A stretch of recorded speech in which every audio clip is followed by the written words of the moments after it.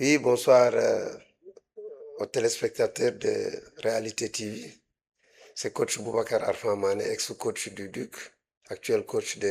NGB, responsable de l'école de football Namane Excelsior, assise au Parcelles Assainies unité 15.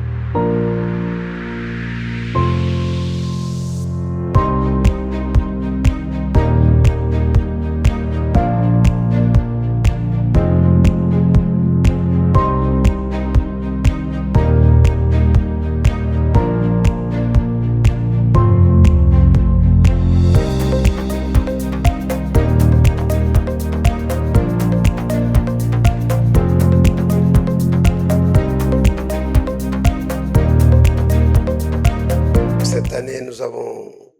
je pense, passé une très bonne saison avec le Duc. On a terminé quatrième. On pouvait même bon, monter cette équipe en Ligue 1, mais malheureusement, Dieu en a fait autrement. Donc, ñu koy sant yàlla suñu borom parce que voilà ndénkaane rek dafa yombul daal d'autant plus que aussi du moomeel voilà li ñu dénkoon def nañ ci liggéey bi ñu ci war a def ko ay nit ñoo valeureux aussi parce que voilà il faut au moins le reconnaître liggéey ko un président bu am une vision aussi muy Samsidine Diatta, Youssou Camara, Babou, le secrétaire général, Diaz, vraiment des gens qui sont extraordinaires avec un staff formidable. Je peux citer Émile Konaté, avec qui, bon, fu may dem ñu ànd, Casillas, le préparateur du gardien, Moussa Sadio, qu'on va pas oublier. Bu commencé woon liggéey bi après voilà dellu en France ci la ñu def appel à Gatien Kenny koo xam ne aussi moi j'ai toujours travaillé avec lui, un gars qui m'est très fidèle ci lu ma nekk na ci même buñ ko joxul dara voilà il est toujours présent. Donc ñooñu ñu accompagné woon cette saison voilà moo taxoon ñu mënoon def saison bu mucc ayib mais bon sant yàlla li ñu dénkoon tegaat nañ ko ci ay loxo yu wóor. Je pense que suma remplaçant ñu ngi koy ñaanal yàlla vraiment li nga xam ne tàmbali nañ ko mu acheminé ko quoi. Ñun aussi ci kii bi ñu dem challenge bu bees bi mu doon challenge boo xam ne li ci nit ñi di xaar dinañ ko gis parce que aussi nit yaakaar rek la ñu am te aussi ñun dañuy dem ak suñu expertise waaw bàyyi lépp loxol suñu borom kër gu ñu xam la nag quoi du kër boo xam ne voilà xamuñu ko donc xaar ne dinañ ñu teeru ñu ànd ensemble liggéey parce que mooy li may wax toujours quoi nit moom foo jëm mi ngi dépendre ca la nga fay fekk ak ni nga fay fekk waaw parce que nit ñi bu ñu ñëwee dalal la liñ la woowee ñu gëm ne yow war nga leen ko mën a defal ñoom ñëpp ñu ànd téye ci parce que du benn nit moo koy defar toujours loolu laay wax gaañ bon ñi nga xam ne aussi ñoo fa jóge muy ay nit ñu valeureux. Je veux citer Alassane Ndiaye, le coach, qui est un frère qu'on partage alors suñu plateau yi. Pape Sidi qu'on présente plus ci football d'élite bi non seulement à Ñaari Tali et un peu partout, qui était un très très grand joueur que j'admire beaucoup, avec qui j'ai beaucoup de respect boo xam ne aussi daf ma ko jox ñu fekk leen fa. Je pense que ñooñu ñëpp ensemble war nañu war a mën a def waa cette année voilà liggéey bu mucc ayib pour ñaari tali et on l'espère bien. Les gens se posent la question à savoir toujours lan mooy objectif wu alors ñaari tali wala objectif non mais xam nga nit sax ci boppam ci loo ne en Ligue 2 moi je me dis que c'est voilà c'est amul objectif beneen lu dul faire passer l'équipe parce que mënoo fi ñëw di maintenir équipe tout le temps dans le maintien non dafa am foo xam ne dañ fa yàgg ci loolu la ñu bëgg a jóge yaakaar ne voilà war nañ ko mën a def moo tax ñu indi ma même bu dul loon sax ñoom dañu ñëw ay maintien ainsi de suite mais voilà yow war nga am objectif boo xam ne ñi nga fay fekk war nga waxtaan ak ñoom xam yan acquis la ñu amoon ak lan mooy ay manquement lan moo tere woon ñu daal di dem mais loolu ñoom ñu biste ko xam nga mënoo ñëw un entraîneur tey mu yegg si amul ay moyens amul voilà infrastructure amul ay joueurs nga ñëw ne ko da ngay yégal équipe bi c'est xam nga loolu yenuwul maana donc li gars yi di wax objectif mi ngi dépendre mi ngi dépendre ci alors fonctionnement club bi nan la ñu bëgg a fonctionner door a mën a assigner objectif parce que mënoo am ay taar am ay manquement et puis tu dire que voilà mi ngi mel ne nga ñëw tey bëgg a voyager ne mais aw ma passeport c'est un problème c'est un problème donc je pense que ñoom ñi xalaat ne war nañu war a mën a ñëw dooleel ñi fa nekkoon ba nga xam ne ensemble war na mën a doon li nga xam ne manqué nañ ko woon ñu xalaat ne man mën naa ko indi dafa fekk ñu war a am loo xam ne mi ngi déjà sur place reposé wu na ci ay bases yu solide xam ne voilà soo ñëwee ak loolu moo pousse ko dina yomb voilà pour ñu mën a dem vers l'élite.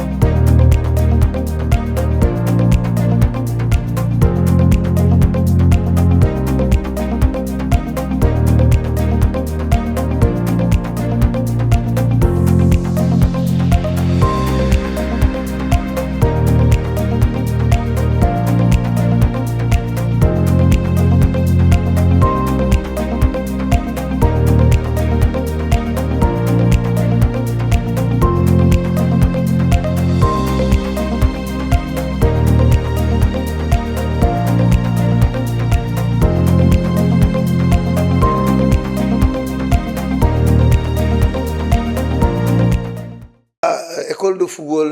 naamaane kooku sama patrimoine la man parce que si je ne me trompe mi ngi démarré académie de football de Cambérène ak feu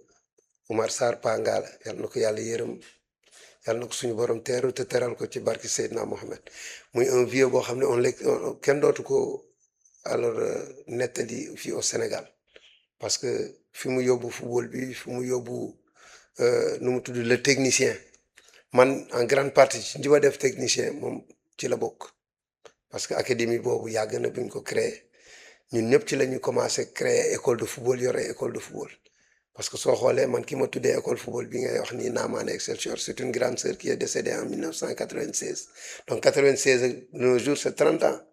mine de rien kon donc am nañu benn vécu ci voilà ci coaching bi soo xoolee man équipe bi ma njëkk yor comme entraîneur de football c'était en 1993 déjà c'est Golf Nord j'étais joueur et coach waaw mais il a fallu que ma dem def sama ay diplôme parce que 93 ba bi may am sama diplôme premier diplôme en 2000 xaw ma 2000 et quelques mais jël naa coupe yëpp yi ñuy jël fii ci nawetaan et je savais que j'avais beaucoup de lacunes mais il a fallu que ma dem sous oulettu les Pa Oumar Sarr voilà les Lamine Dieng et autres qui m'ont beaucoup aidé Adama Diouf voilà je suis parti faire les cours petit à petit ba toll fi ma toll tey ci licence B bi donc man amoon naa vécu avant may dem ci diplôme yi donc diplôme yi dafa doon ñëw pour couronner li nga xam ne moo doon existence et je fus joueur aussi moi j'ai fait toutes les palettes de football commencé ko ci école de football ba vétéran jusqu'à présent je joue en vétéran donc man suma life yëpp ci football laa ko def quoi donc tout ce que j'ai aujourd'hui c'est au football que je le dois moo tax ku ma xam ci football nga ma xamee ku ma bëggee ci football bi nga ma bëggee ku may admirer aussi ci loolu nga ma bëgg relation yi extraordinaire yi ma am yëpp ci yu rafet ci football laa ko amee moo tax kenn du ma mën a gis ci voilà loo xam ne c'est voilà en contraire au fair play c'est contraire au voilà li defar nit ci football donc sama slogan école de football bi sax soo ko xoolee c'est éduqué par le sport parce que defaratuñu ay sportif tout court mais ñu ngi defar ay nit waaw des gens de demain soo xoolee en grande partie li ñëw ci feetu football boobu ñu passé le 15 et le 16 août les tableaux et autres mais c'est des anciens pensionnaires yoo xam ne ñii ubbi nañu seen ay studio ñii ubbi nañ seen affaire ñoom ñoo ko defar donc sant yàlla bu baax ci loolu quoi. naamaane bi toujours nit bari dañ may laajte voilà naamaane c'est quoi naamaane c'est quoi l'école de football d'abord il faut ñu xam naa mooy kan quoi naa ñun suñu famille le nom c'est Tida Mané Tida c'est suñu maam la moo jur suñu waajur bu góor donc du coup naa ci suñu làkk ñun mandeng mooy yaay. donc ñu bari dañuy am tendance su tuddee école yi góor ñu ci bari doo gis jigéen nous on a inversé le truc pour def cette femme valeureuse là bi nga xam ne ñun bi ñu nekk école moo doon suñu grande sœur aînée donc elle est dans toutes les batailles ku ñu laaloon moo fi daan nekk jigéen ju mën góor la woon quoi voilà la preuve bi mu demee di toppatoo turandoom bi mu feebaree à Ziguinchor vers les années 96 boobu le 16 août ci la génn àdduna donc foofu lañu tombé création école football bi moo tax ñu duppee ko tur boobu a jël tur naamaane comme pour ñun l'école mère donc ñun suñu école bi amul droit bañ a uuf njabooti à la preuve liñ ciy def yëpp soo xoolee ci social ci ndimbal mais bariwul ci école football yoo koy gis voilà donc voilà en gros lii indi Excelsior bi nag li ko indi mooy l'excellence en latin parce que soo xoolee l'autre jour on a primé les gosses sur tous les lauréats yi nga gis yaa que kenn moom moo ci réussir au baccalauréat te il a fallu que mu def au deuxième tour voilà yàlla dogal li mu dogal pour l'encourager même je lui ai dit que voilà si échec n'existait pas réussir n'aurait pas de sens waaw donc da ngay defarwaat nga daal di ñëw sinon on a fait du 100% ñeneen ñi au CFE au BFM moo taxoon nga gis loo yu bari ñu ñëw couronner leen et pour ça aussi il faut que ñu delloo njukkal le président de Naamaane parce que man doon propriétaire u école bi taxul ma doon président bi parce que yaa Khalil Ñaan bu ñuy wax Ibrahima Khalil Ñaan wax Ibra vraiment koo xam ne dëkkandoo la woon ci koñ bi di ànd ak samay petit frère il vit ce temps yi au Canada mais il n'a ménagé aucun effort pour que bu ñëwee sax vacances moom amul feneen fu mu jëm ci ku muy seeti wala chose comme ça fan la xale yi nekk fan la ñuy entraîner bu ñu nekkee ba plage il nous suit ba ACAPES il suit les gosses sans intérêt ni rien maanaam moom c'est quelqu'un boo xam ne yàlla da ko xiir ci xale mu bëgg xale voilà ci noonu la nekkee ba finalement gosses yi adopté ko seen bopp def ko président école football que ñëpp di adopté donc voilà te loolu du dañ je pense qu'il sera le président à vie donc day toog mayo booy lii la ñu manqué ballon mais ci conteneur ainsi de suite mayo lan la ñu manqué ah booy war nañu changer mayo voilà les gens viennent c'est comme ça que ça se passe moo tax bettiwul ci dara ci ñun ma bokk ci association boo xam ne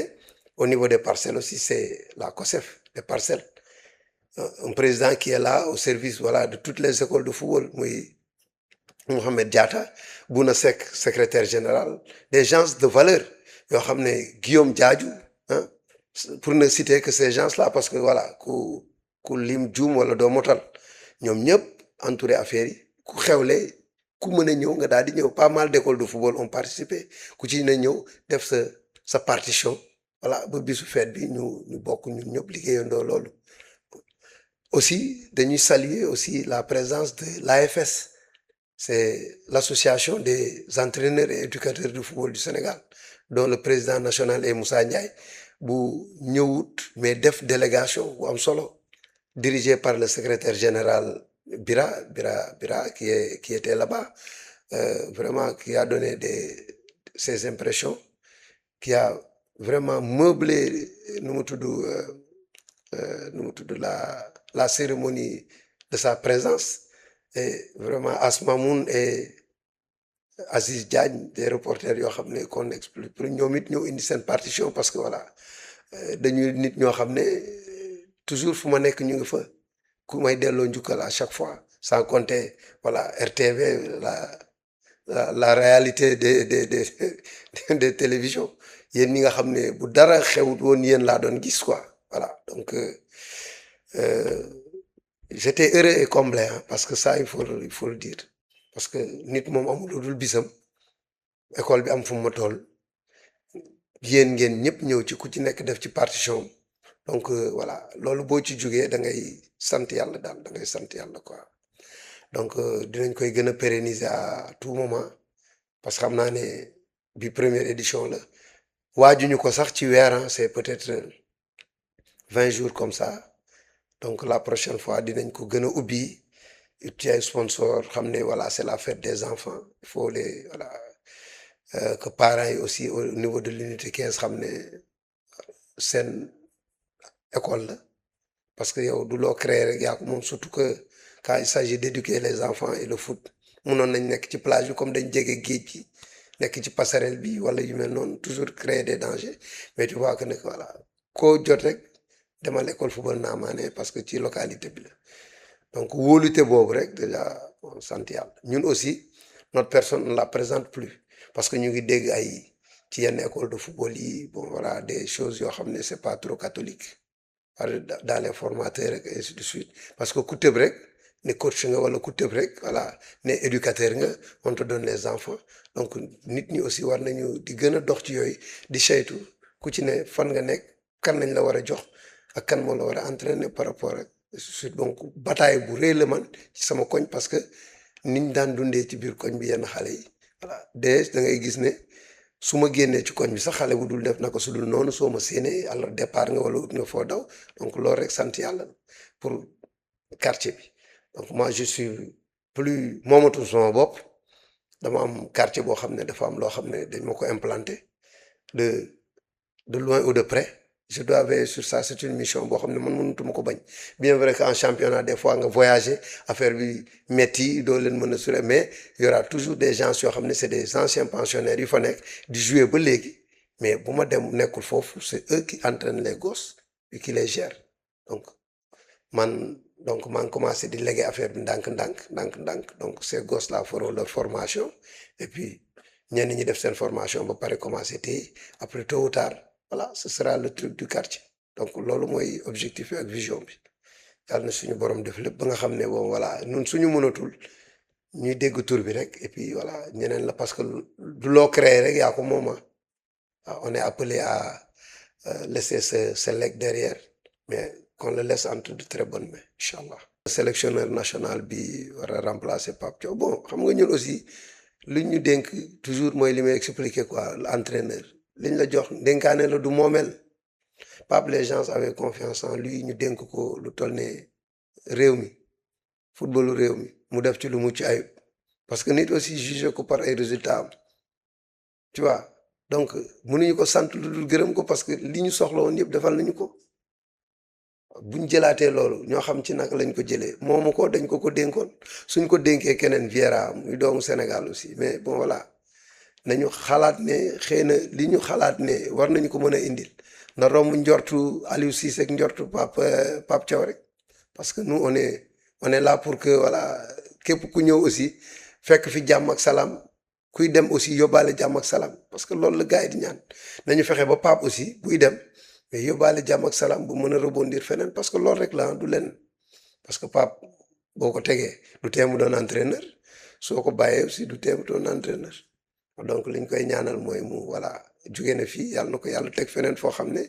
voilà dina fa am ay résultats yi nga xam ne am na ko wala yu gën yooyu kii ñëw aussi nañ ko ñaanal yàlla vraiment mu dal ak jàmm li nga xam ne ñi ko jiitu dox nañ ko ba yegg fii tax ñu dégg ñu fu ne waaw mu yokk loolu yàlla na ñëw aussi jël coupe d'Afrique moom yóbbu ñu au moins demi-finale coupe du monde wala comme yegg guñ fa wala alors ñu finale coupe du monde parce que je pense que foofu rek lañ koy xaar sinon du fi def lu fi nit ñi deful donc voilà loolu la sant yàlla di ñaanal ñëpp jàmm ak salaam. waaw je ne pourrais pas terminer vraiment sans remercier vraiment des gens comme Samsidine Diatta comme Youssou Camara le président du DUC ñooñ nga xam ne alors ils ont marqué de leur présence ci affaire bi d'ailleurs Youssou Camara il était là-bas il y a Samsidine qui était un peu pris mais voilà qui était le parrain des U13 qui a amené beaucoup de matériel pour l'équipe ñu koy ñaanal di koy souhaiter aussi que voilà li nga xam ne sumb na ko ak DUC suñu borom mottali ko ay mbébétam moom moo ko xam yàlla na ko suñu borom mottali que li ñu commencé woon ak moom mun ko yeggali ba équipe bi déwén dem en Ligue 1 incha allah yàlla suñu borom mën na ko di remercier Abba Gueye aussi qui a passé tous les 48 heures avec ñun cela veut dire que voilà football booleetuñu kese on est devenu une famille ah di remercier aussi un ami un frère un ami intime pour Omar Ba Proxo qui est voilà qui était le parrain des U9 voilà koo xam ne souvent on est ensemble mais mention spéciale aussi à la COSEF de Parcelles Assainies et aussi à voilà Ibrahima Khalil Niane le président de Namane Excelsior leen di ñaanal yàlla ñoom ñëpp mu kattanal leen et tous les amis qui ont eu à passer cette journée avec nous donc ma famille aussi mënuma leen remercier parce que ci lañ bokk mais gis naa seen soutien parce que ñoom ñëpp taxaw nañ ci 48 heures yëpp tout ce qui a été servi là-bas et ainsi de suite ñoom ñoo ci taxaw ñoom ñoo ci jàpp donc voilà ñu ngi sant yàlla di wax aussi fi ñu jëm cette année saison bi liñ fay séntu yàlla na ko suñu borom mottali di xaar ñaanu ñëpp ci barki Seydina Mohamed merci